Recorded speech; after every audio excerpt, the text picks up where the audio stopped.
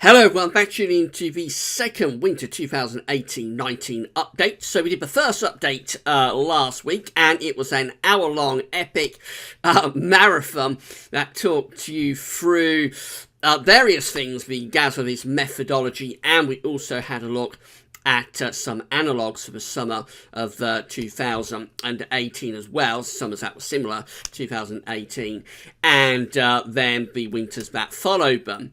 So it took around an hour, and it's a very long video. I said I'd try and make this video a little bit shorter, and so hopefully we'll be able to bring this in a little bit nearer sort of 45-50 minutes. That's what I'm hoping for. Anyway, we shall see.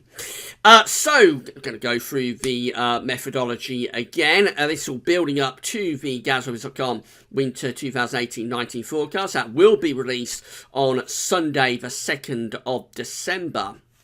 And we're going to look at various things for today's video, such as solar activity. We're going to look at the latest number from the QBO, the quasi-Siberian oscillation. We'll have a look at what's happening in terms of Siberian snow cover and Arctic sea ice extent, and there'll be other things included in this as well. Our analogues package today is going to be looking at hot summers. So we've been asked over the past few weeks a lot whether there is any connection between hot summers and the winters that follow them, whether there's a connection between hot summers and cold winters, or whether there's a connection between hot summers and mild winters. We'll be attempting to answer those questions for you through our analogues and reanalysis later on in the video. So we've got a lot to discuss, and I'll go over it for you very shortly. Just say it can be quite a long video, so you can't watch it all in one go. Don't worry, it will be kept on the website indefinitely. Later on today, this video will be placed on the winter updates and forecast page, and there'll be an extensive written report that goes with it as well, just going over everything that we've discussed in the video. Big thank you to James Atquill, our analogues guru, for getting all of the analogues together, and also Solar Tracker, which you're going to see in a moment. So big thank you to James for that. And I think without anything else, that's about it. So we better get on with your second Winter 2018-19 update. Now, before I do anything else, I just wanted to say a big thank you for this, because you have collectively helped to make GWV's Winter 2018-19 NAO forecast our most watched ever video. So on my YouTube page, just here, this is called the Video Manager within the YouTube, GWV's YouTube page. And this is the Winter 2018-19 NAO forecast just there. But the main thing is this number just here, 22,504 views. Which makes the GWV.com Winter 2018-19 NAO forecast, which was released on the first day of July, it makes it the most watched video ever in the history of GWV. It's a phenomenal 22,504 views. It's also had an unbelievable 82 comments, so a lot of people involved in a discussion about it, and can you believe it's had 102 thumbs up? We'll ignore the 5 thumbs down. So just a big thank you to all of you for doing that for GWV. It beats the previous most watched video, which was actually a long time ago on my old channel. It was the Winter 2012-13 NAO forecast. That got just over 22,000 video views, but of course this one has gone to 22,500 plus, and it's rising all the time, so it may well finish up around 25,000 video views in the end, maybe even more than that. We'll have to wait and see. But anyway, a big thank you to all of you for helping to make this the most watched video over the two YouTube channels, not just the GWV's YouTube channel, which was created in 2014, but also the original Gavin Partridge channel. It's the most watched video over both of those channels, and so just a huge thank you to all of you for doing that for GWV's. Big thank you for that. Right, and with that out of the way, let's get on properly with your second Winter 2018-19 update. We're going to begin this update having a look at solar activity. So this is the solar disk on our side of this today from Solar Ham net. We have actually got one very tiny little sunspot region appearing just there, right in the equator of the solar disk.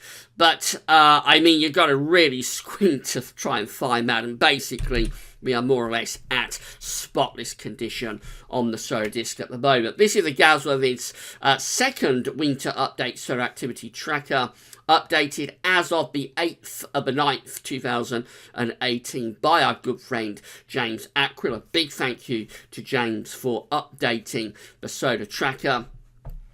So you can see we are still at this very low level of solar activity. We can go right way back to October 2017 here with this.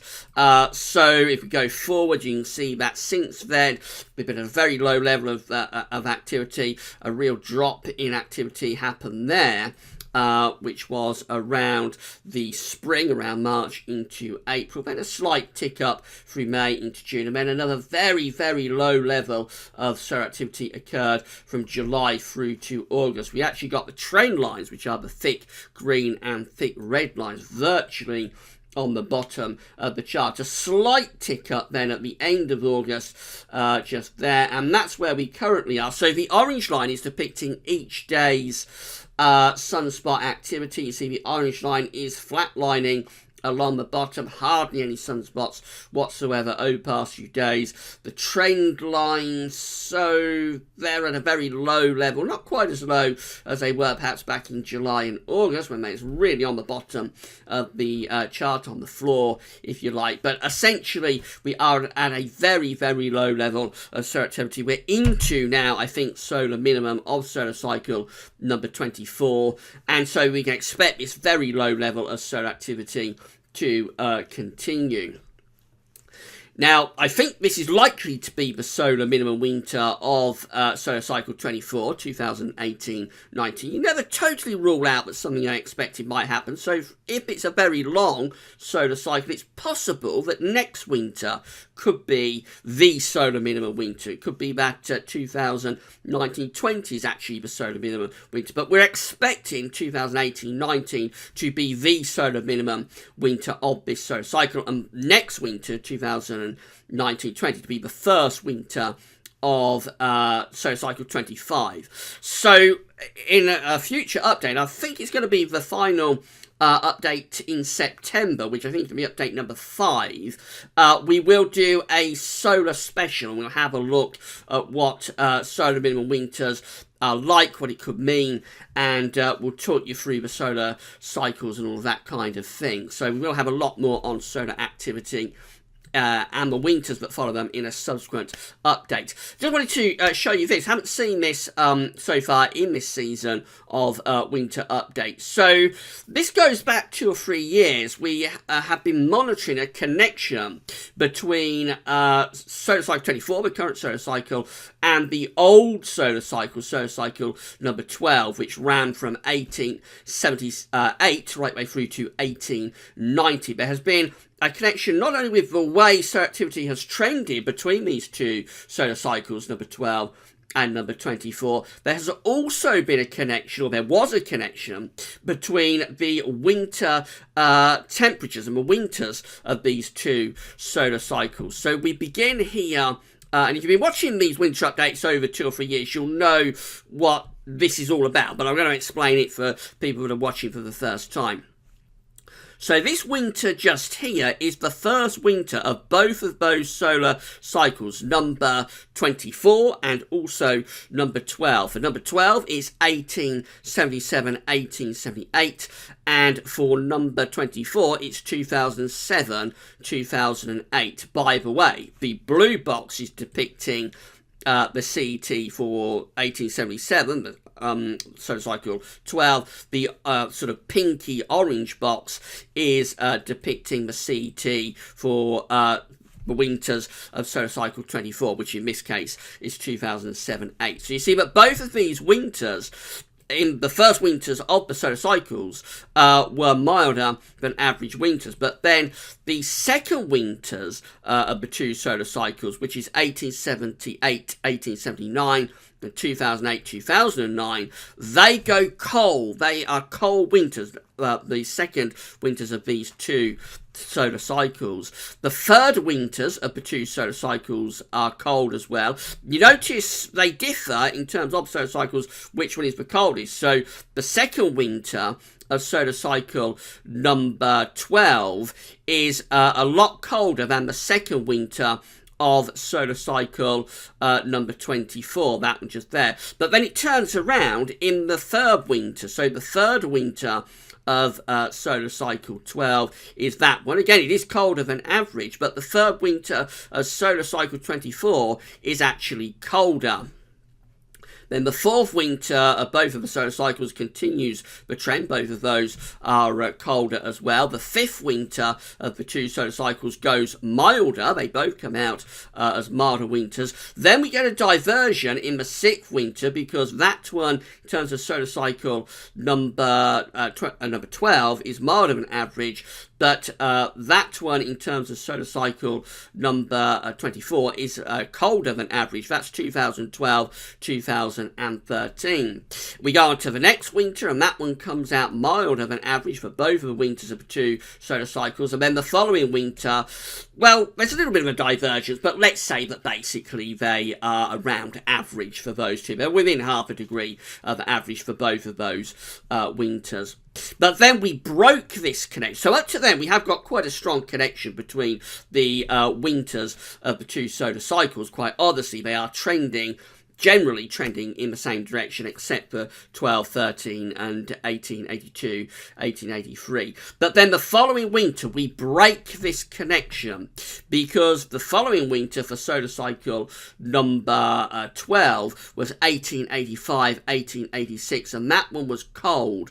But the winter for solar cycle number 24, which is 2015-16, that's Super Nino winter, that one is an exceptionally mild winter. So that connection that we'd had between the winters of the two solar cycles up to that point is broken by that winter. And then it follows on for the next winter as well, 1886, 1887, in solar cycle number 12, that is a colder than average winter, but the comparison winter in terms of solar cycle number 24 is a milder winter. However, look at this. Last winter got us back on track. So this is 1877, 1878, and 2017, 2018. And you can see that the trend resumes after we broke the trend for the previous two winters, 2015-16 and 2016-17. We go back onto trend for 1887, 1888 and 2017-2018. Notice that the winter of solar cycle number 12 was quite a bit colder than its comparison winter in solar cycle number 24, that one. But nevertheless, the trend has resumed. Now, what happened in the following winter in terms of solar cycle number 12, which is this one, 1888, 1879, it was just ever so slightly colder than average. Basically, you can say that it was within average of its 30-year rolling average. But we know that it's the trend that's important, that the winters do differ. So it was a little bit colder than average for this winter.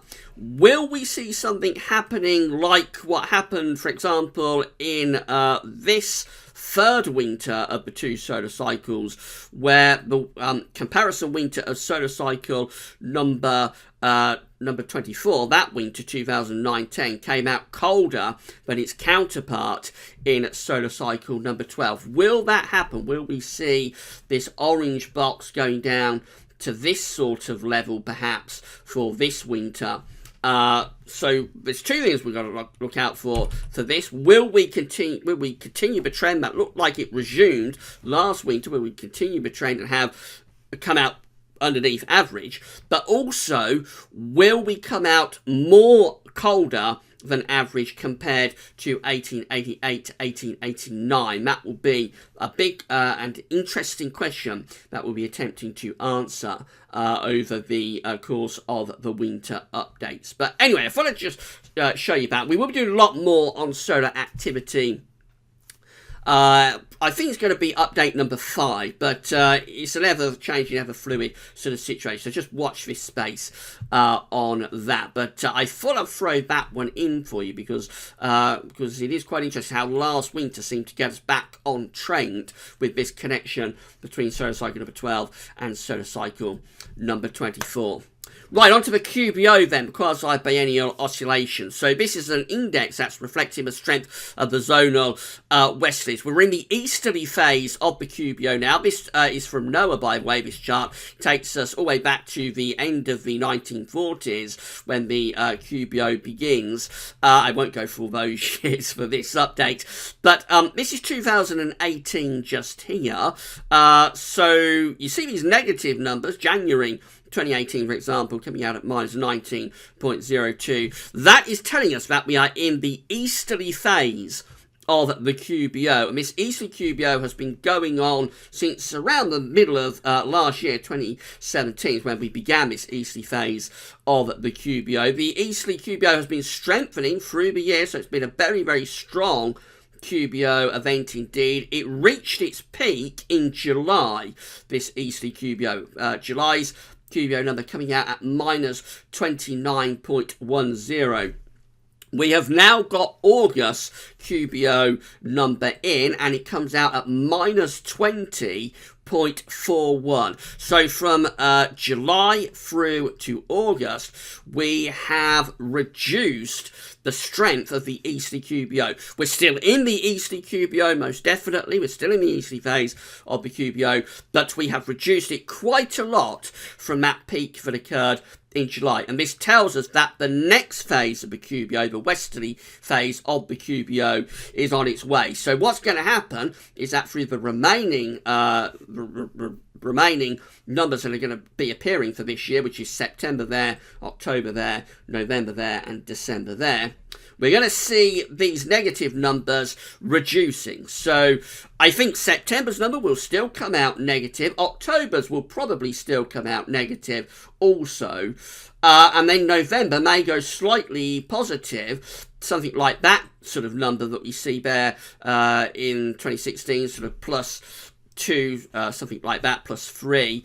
That's the kind of number we'll be expected to see in November, but a little bit more positive in December. By the time we go through to 2019, January, which will be just there, and February and March, we will see this going increasingly into positive territory. So by January, February, March, we will be firmly into a westerly phase of the QBO. The transition is starting now, and as I say, by the end of this year, I anticipate we'll be into very slightly weak positive, I should say, weak westerly QBO conditions.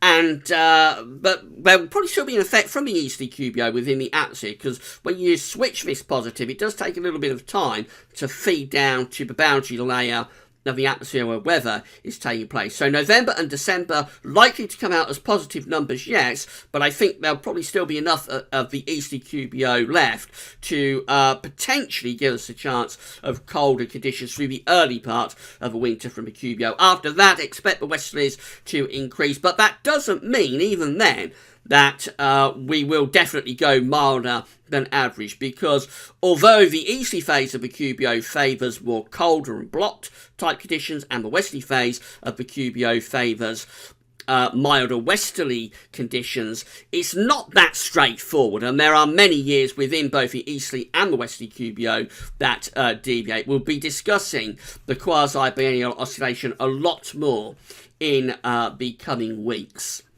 So this is how the sea surface temperature anomalies were looking across the Earth when we did last week's first winter update. So we've got 3 areas of interest specifically. We've got the northern Pacific Ocean just here. We've got the equatorial Pacific Ocean down there, including the ENSO region. And then we've got the North Atlantic over here. That's how the oceans were looking last week. This is how the oceans are looking now on the latest anomaly map from NOAA. Let's compare the two. So that was last week, that's this week. Very little change. Let's deal with the Northern Pacific. First of all, it remains warmer than average up here in the Northern Pacific, and particularly in this northeastern corner of the Northern Pacific Ocean. In the equatorial Pacific, so we see that we do have, again, a mix of anomalies. We've got some warmer blobs appearing there, but we've also got some cooler blobs as well. So again, it's very difficult to ascertain what's going on here in terms of ENSO. The CFS particular still wants to take us into an El Nino event through this autumn, but there remains very little sign of that within the equatorial Pacific Ocean itself, on the surface of the equatorial Pacific Ocean. So it is continuing to be a puzzle exactly what's going on with this ENSO situation through into towards the winter. I suspect at some point it will become obvious whether we're going to have an El Nino this winter or whether it will be an ENSO neutral winter. I'm anticipating ENSO neutral, to be honest, but we will wait and see. It is possible we might get a very late starting El Nino event, although, as I say, there's not much sign of it in terms of those sea surface temperature anomalies across the equatorial Pacific at the moment.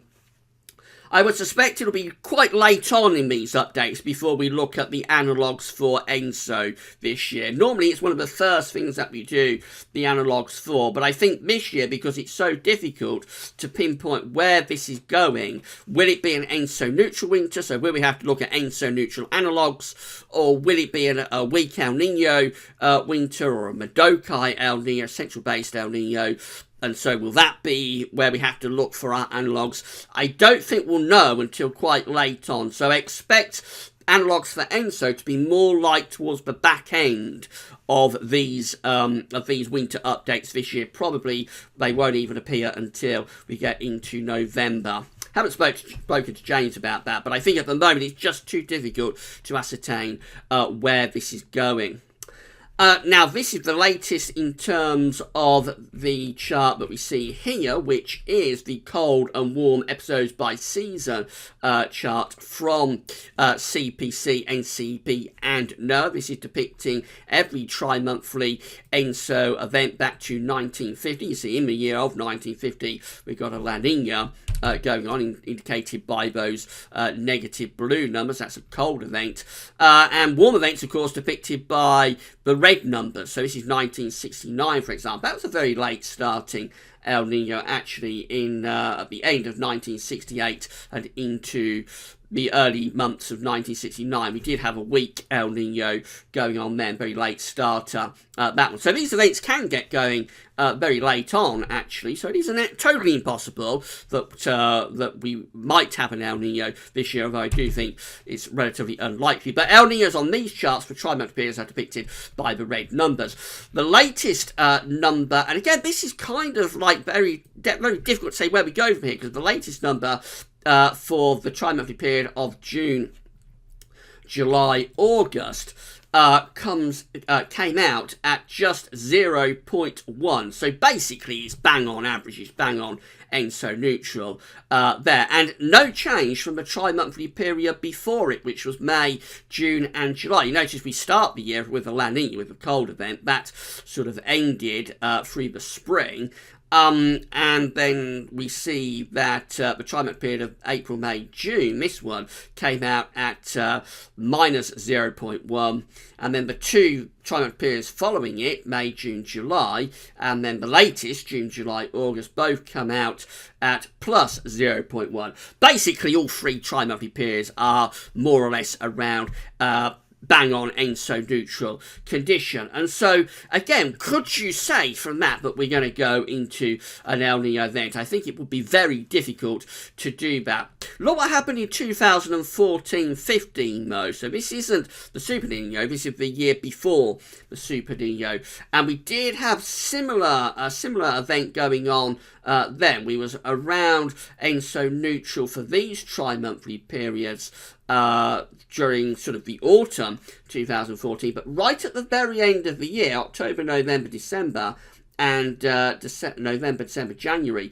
we did actually go into very weak El Nino condition, and that took us through the early months of 2015 as well. And then, of course, the second half of 2015, we see the Super Nino really taking off. So what happened in 2014-15 was almost like a precursor really to the Super Nino that occurred for 2015-16. It does prove that these El Nino events can start very, very late. So we're just going to have to keep monitoring this. Will we stay at ENSO neutral, or will we go into a weak El Nino?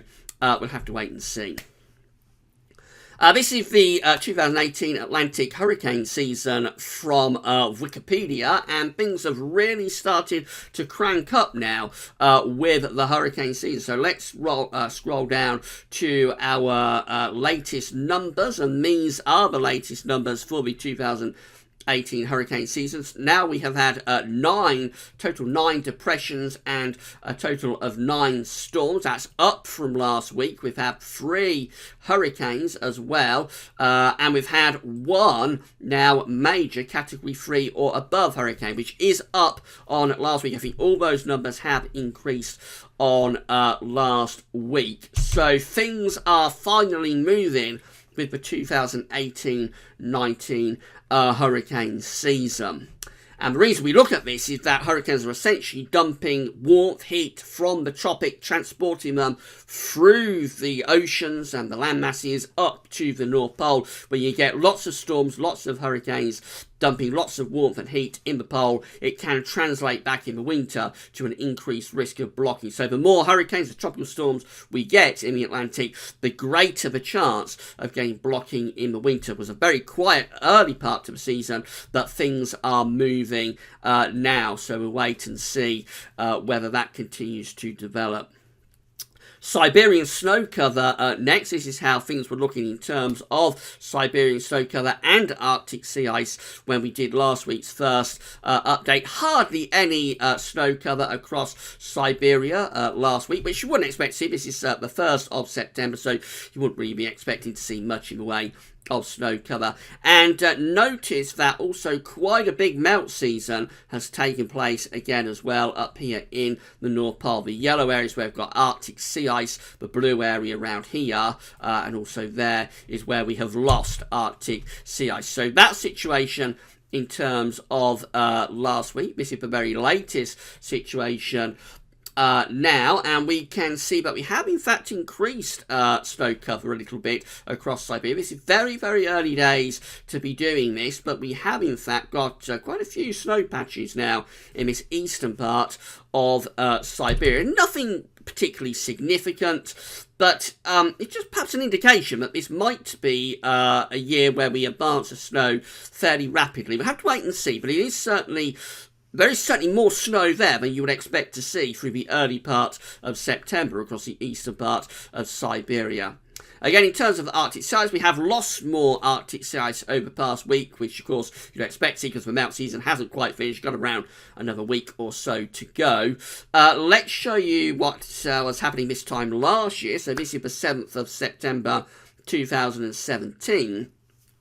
In terms of Arctic sea ice, very similar, but in terms of what's happening across Siberia, actually we had quite a bit less in way of snow cover at this point last year. A few little patches there, but I think we can definitely say we've got more snow cover across eastern Siberia, albeit not a lot because it's still early September, but there's more snow there this year than there was last year. This becomes particularly impactful when we get through to October, because it's really in October that we'll see all of this area filling up with snow, and we also see, or we can see, Scandinavia filling up with snow as well. If that happens very quickly, then it can translate back to a stronger than average Siberian high.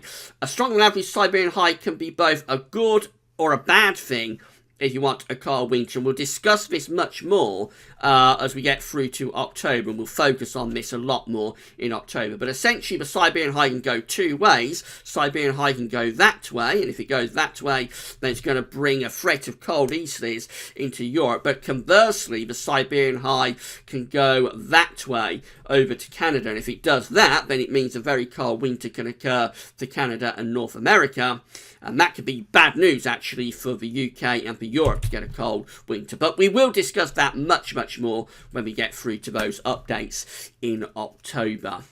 This is how Arctic sea ice looks in terms of the graph that I showed you last week. This is the CH Arctic Interactive Sea Ice graph from the Arctic Sea Ice and News and Analysis website. The grey line here is the trend line for the melt season. So obviously we are going into melt season. The dates on the bottom of the graph, and how much ice we're losing is on the side, so total coverage is on the side. What we can see is that we're under trend, of course. The orange line is 2018. Obviously, it's well under the long-term trend, which is the grey line.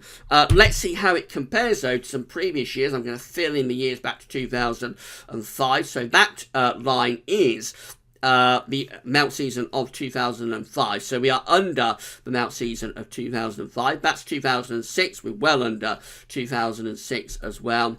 That's 2007. That was a really big melt season, a shocker at the time.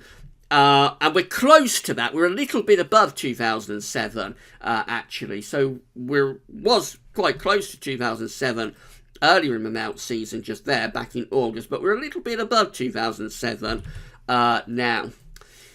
That's 2008, very much on a par with the 2008 Arctic size melt season. We're below 2009. We're on a par with 2010. That's 2011, very close to 2011's melt season. That's 2012. That is the death spiral.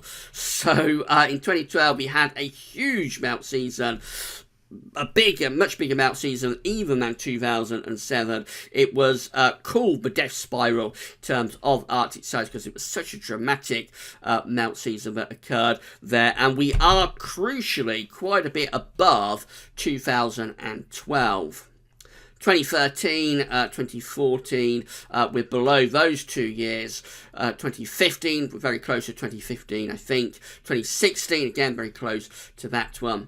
And that's last year, 2017, very close to that. Let's take some of these years off and see how we compare to last year's melt season and to 2012. So there we go. We've got the melt season of 2018 depicted by the yellow line, and we've got last year's melt season 2017 depicted by the purple line, and they are virtually identical, both of them coming out well above the death spiral of 2012. So it's been another big melt season. There's no getting away from that. We've had another really big melt season this year, but not a death spiral, not a 2012. The reason we look at this is that there appears to be a connection between losing lots of ice in the Arctic and possibly increasing the risk of northern blocking in the winter. And so when you lose a lot of Arctic ice, it may teleconnect back in winter to the chance of increasing your blocking signal. So a big Arctic ice melt season, such as we've had this year and have had in most years really since 2007, but particularly with 2012, when you get that happening, it can favour the chance of a colder winter. I think next week we'll probably finish with this, because next week we should reach the peak of this year's melt season, when you see that the curve begins to move back upwards into the second half of September. And then this is a new feature that we've been throwing into the winter updates this year, or we've thrown in the first winter update, I should say, last week. So this is from weatheriscool.com, and this is showing you the forecast strength of the zonal flow at 10 HPA. So how strong the zonal westerlies will be in the stratosphere, or the strength of the stratospheric zonal westerlies, if you like, via weatheriscool.com. So this black line here, that is the trend for this time of the year. You see that the zonal signal should be strengthening a lot in the stratosphere at this time of year. It should be cooling down rapidly, and so the strength of your zonal westerlies should be increasing all the time through to the end of the year and the start of the following year into January, before gradually through the end of the winter into the spring, into the summer months, we see the strength of that of those zonal westerlies. 10 HPA waning away as you go through to the spring and into the summer. Now the green area here, that just gets us a couple of weeks in, and that is the forecast for the strength of the zonal westerlies at 10 HPA via the GFS model. But more importantly are these pink and blue coloured lines, because these are ensemble members from the extended CFS V2 long-range model.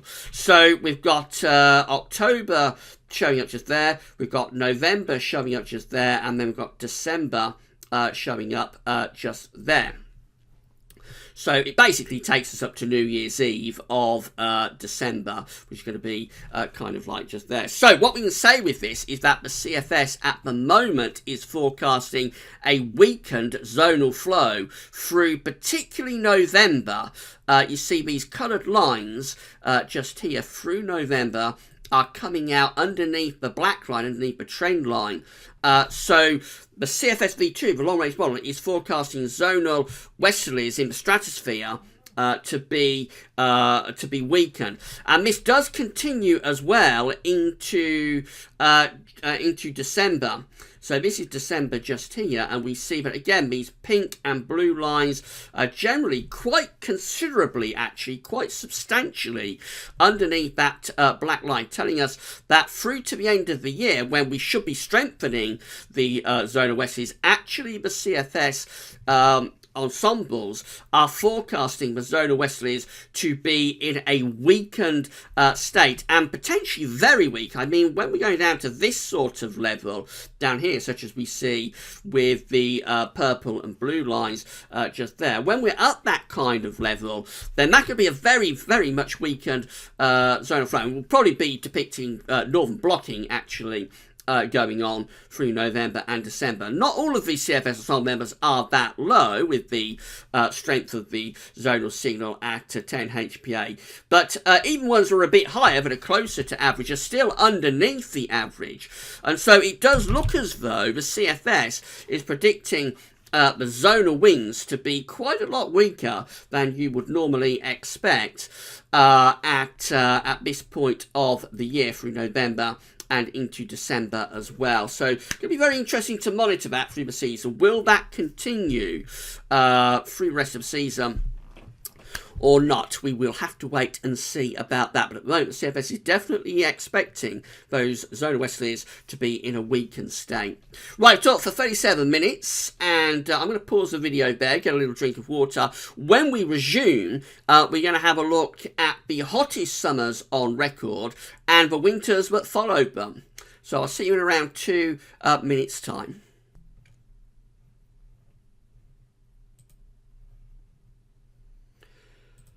Okay, we're back and we're ready to resume, and we're going to go through our analogues now to finish off this second winter 2018-19 update. So, of course, we've had a very hot summer, and a lot of you have been asking the question, do hot summers favour colder winters? That's been a big question, and I can't really count how many times I've been asked this over the past few months. So what we're going to do now is go through the hottest summers on record in terms of the CET, Central England temperature, and the winters that follow them.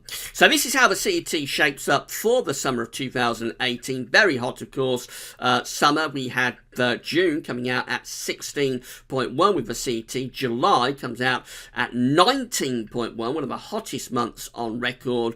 and August, a little bit cooler, comes out at 16.6. The summer did deteriorate a little bit late on, but it was a very hot summer. The overall CET for the summer of 2018 rounds up to 17.3. So let's go through the hottest summers. Our starting point is going to be CETs of 16.5 or above. So we're looking at the very hottest summers that we have had in the UK from the CT. Remember, we can only go back to 1850 for our reanalysis. So any hot summers, but very hot summers that occurred for 1850, we can't include those in the analogues package. So number 18 is the summer of 1989 with a CT of 16.47. The winter of 88-89 looks like this, with above average heights to the south, below average heights to the northwest. It's a very mild winter, the summer of 1989, 1990. Very mild winter indeed, with a strong zonal flow. Our next summer, at number 17, has again a CT of 16.47. It's the summer of 1893. The winter of 1893, 1894 looks like that. Again, strong zonal signal, deep area of low pressure out in the Atlantic, above average heights to our east, bringing in the flow and the jet stream like that. Another mild signal for the winter of 1893, 1894. At number 16, we've got the summer of 1949 coming out with a CT of 16.5. The winter of 1949, 1950 looks like it's another fairly mildish one, with westerly winds dominating as we have below average heights out to the west of the country. So at the moment, the trend for these hot summers is to be followed by mild winters. At number 15, we've got the summer of 1955 with a CT of 16.53. The winter of 1955, 1956 looks like that. We have above average heights in the middle of the Atlantic with below average heights to the east of the country. And we pull down a much colder flow there. It's a colder signal, this one, 1955, 1956, with the wind coming in from a north or northeasterly direction. We go a very, very long way back for number 14. Number 14 is the summer of 1857, having a CT of 16.53. The winter is 1857, 1858. Anticyclonic signal with this one, with above average heights, high pressure over a little bit to the east of the country, below average heights in the Atlantic. Looks like it's probably not overly cold, although bear in mind back then it probably would have had a lot of smog, a lot of fog perhaps, so that would make it a colder winter, but it would be within the modern era. Very dry winter, anticyclonic winter signalled there. Number 13 in terms of the hottest summers on record is 1997, coming out with a summer CT of 16.57, and the winter of 97-98 looks like that, with above average heights again, very close to the UK through 97, 98. It looks like it's quite a strong anticyclonic type winter. Very mild as well. We drag up the winds from the southwest. Has an exceptionally mild February in 1998, but there is a super El Nino going on. They're up to number 12. The 12th hottest summer on record is 1959 with a CT again of 16.57. The winter is 59-60. This one just looks like a mild wet zonal winter, bringing in quite a strong westerly flow. There is, interestingly, quite a blocking signal, but it's on the wrong side of Greenland to produce any particularly cold weather for us, so that's quite a mild Atlantic driven winter. The next winter is going to be 1868-1869, following the hot summer of 1868. It's number 11. Summer of 1868 comes out at 16.81. This is how the winter of 1868-1869 looks, with again the below average heights out to the west and the above average heights down to the south. This is one of the mildest winters on record, with a very strong west to southwest flow. In fact, I think it is the mildest winter on record. Into the top 10. Number 10 is the summer of 1975 with a CET of 16.93. The winter of 1975-1976 is very anticyclonic. It's a mild winter. High pressure is centered over and to the west of the country. Low pressure is up to the north with the jet stream. This is the reason, or one of the reasons, the drought in the summer of 1976 was so severe, because the winter before it of 75-76 had this strong high pressure signal. So it's basically continuous high pressure from the autumn of 1975 to the autumn of 1974, I should say, to the summer of 1976. So we have a mild, dry winter, unusually, in the winter of 75-76. Number 9 is the summer of 1899, I should say, comes out with a CET of 16.93. The winter of 1899-1900 looks like that. It's a colder signal with below average heights over the UK and a bit of a blocking signal up to the north. That's a colder one there, following the hot summer of 1899. Number 8 looks like that. It's going to be 1911, and the CET for the summer of 1911 is 16.97. The winter of 1911-1912 is an unsettled and wet winter with a strong westerly flow. Number 7 comes out at 1933. It has a CET of 17.00, and the winter of 1933-1934 is an anticyclonic winter with high pressure centered over the top of the country. Quite a cold but dry winter in 33-34. We're up to 1947-1948 next. Number 6 is the summer of 1947, having a CET of 17.03. The winter of 47-48 is very mild and wet, bringing a strong Atlantic flow through the country. Very different to the winter of 46-47, of course. We're into the top 5 now. We're up to number 5, which is 1983, has a CET for the summer of 17.07. The winter of 1983-1984 is unsettled with the below average heights over the UK, bringing in this strong west to northwesterly flow, and usually it's a cold Atlantic-driven winter with a lot of cold zonality.